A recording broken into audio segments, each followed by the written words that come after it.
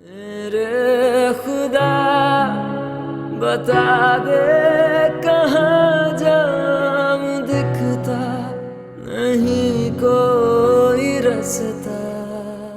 बताओ मुझे क्या हुआ है? अपार्टमेंट में किसी ने कुछ कहा है? कोई बात हुई है? कोई परेशानी है? मीरा प्लीज टेल मी, क्या बात है? साद, अगर मैं तुमसे अपनी परेशानियां शेयर कर लेती या अपने गम बता देती या अपने आखिरी वक्त में हसीब ने अपनी प्रॉब्लम्स तुमसे शेयर की तो उसका ये मतलब हरगिज नहीं है कि तुम हमारे गमों का प्रचार हर जगह करते हो। हर किसी को मेरी गुर्बत की दास्तान सुनाना जरूरी नहीं है। नहीं नहीं नहीं नहीं, एक क्या लगता है तुम्हें कि मैं तुम लोगों के बारे में बाहर जाके बात करता हूँ? ये कहना चाह रही हो तुम? तुमसे किसने कहा था हमजा के आगे मेरी खुशियों की भीख मांगो?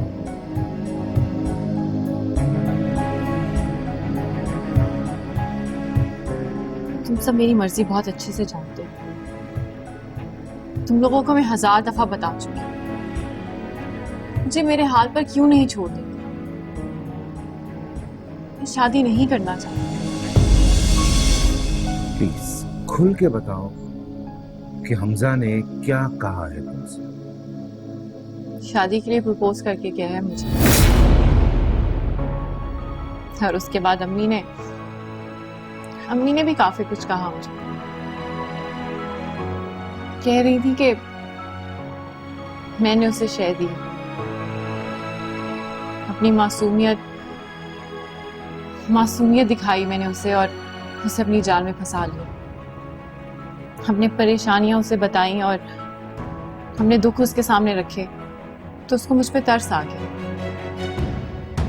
बस कर दो और बेइज्जती नहीं झेल सकती। नहीं है हिम्मत अब। अम्मी के ताने में और नहीं सुन सकती। मेरा प्लीज, जो कुछ हुआ है मैं नहीं चाहता था ये सब कुछ। मैं चाह भी कैसे सकता हूँ यार। और जहां तक रही बात हमजा की, उसने आई थिंक बड़े तमीज से अपनी ख्वाहिश का जिक्र किया होगा और मुझे लगा क्या लगा तुम्हें कि लाल जोड़ा पहनकर मैं उसकी दुल्हन बन जाऊंगी, हसीब को भूल जाऊंगी, मैं हसीब की जगह दे दूंगी। मैं हसीब को नहीं भूल सकती। तुम मेरी बात का यकीन तो नहीं करोगे लेकिन मुझे आज भी हसीब दिखाई देती। ऐसे लगता है कि वो मेरे साथ है, मुझसे बातें करते हैं, मुझसे पूछते हैं कि मैं तैयार क्यों नहीं, मेरे हाथों पे मेहंदी क्यों नहीं लगी। और तुम कहते हो कि मैं अपना आप किसी और को सौंप दूं। हसीब के अलावा मैं किसी को अपने वजूद का हिस्सा नहीं बना सकती। मैं जानता हूँ मीरा, मैं बहुत अच्छी तरह से जानता हूँ तुम्हें। मैं जानता हूँ तुम्हारे लिए कितना मुश्किल है हसीब के बाद किसी और रिश्ते को कबूल करना, मगर ये दुनिया, कितनी बार बताऊं तुम्हें कि ये दुनिया बहुत जालिम है, तुम्हें अकेले जीने नहीं देगी यार। कदम कदम पे मजबूत सहारे की जरूरत पड़ती है। मुझे एक बात बताओ, हमजा से बेहतर चॉइस और क्या हो सकती है? तुम्हारे बारे में, हसीब के बारे में सब कुछ जानता है। मैं मानता हूं कि इस तरह से उसको घर आके तुमसे ये बात नहीं करनी चाहिए थी यार, पर देखो, किसी की नीयत पे शक मत करो। हमजा को गलत मत समझो तुम प्लीज। तुम्हें पता है साहब, मुझे हमेशा एक बात लगती थी, इनफैक्ट मैं बहुत श्योर थी।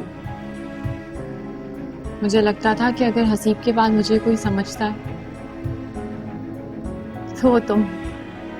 लेकिन तुम भी बाकियों जैसे निकले यार। मेरी गुर्बत का, मेरी बेबसी का मजाक उड़ाते हो। तुम्हें भी लगता है ना कि मैं अकेले कुछ नहीं कर सकती। तुम्हें भी बाकियों की तरह लगता है कि मुझे किसी सहारे की जरूरत है। क्या तुम फजूल बातें किए जा रही हो? मैं तुम्हारे बारे में गलत कैसे सोच सकता हूं? कभी सोचा है मैंने तुम लोगों के बारे में गलत? आज मुझे एहसास हुआ कि बेवफाई कितना बड़ा गुनाह है। और अपने यतीम बच्चों को तन तन्हा पालना इस सोसाइटी में कितना मुश्किल। एक परेशान और अकेली औरत पर कोई भी राह चलता शख्स अपना हक जमाने की बात कर सकता है, कोई भी गुर्बत का एहसास दिला सकता है, कोई भी नई जिंदगी के ख्वाब दिखा सकता है।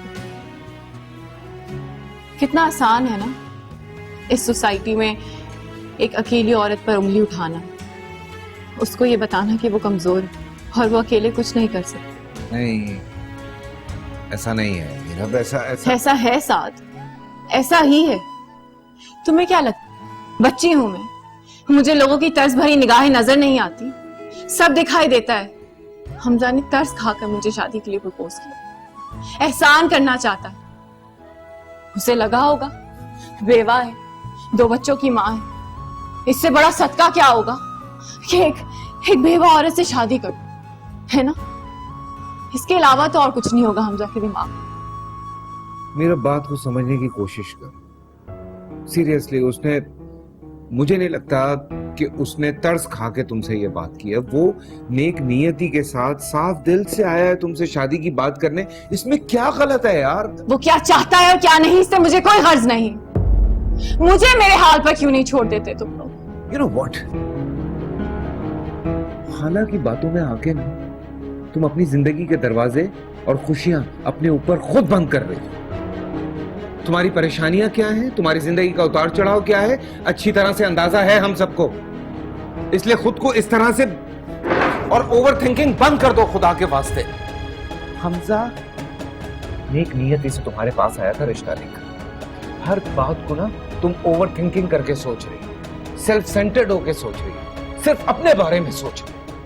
अपना मत सोचो सर, अपने बच्चों के बारे में सोचो कि उनका फ्यूचर क्या होगा। खुदा का वास्ता है, खुदा का वास्ता है, इस बारे में सोचो।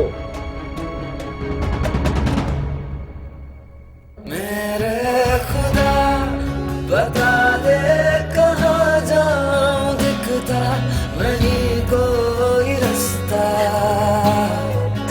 ऐसा कहीं जहाँ मेरे दिल को जिसमें दूरी हो बसता।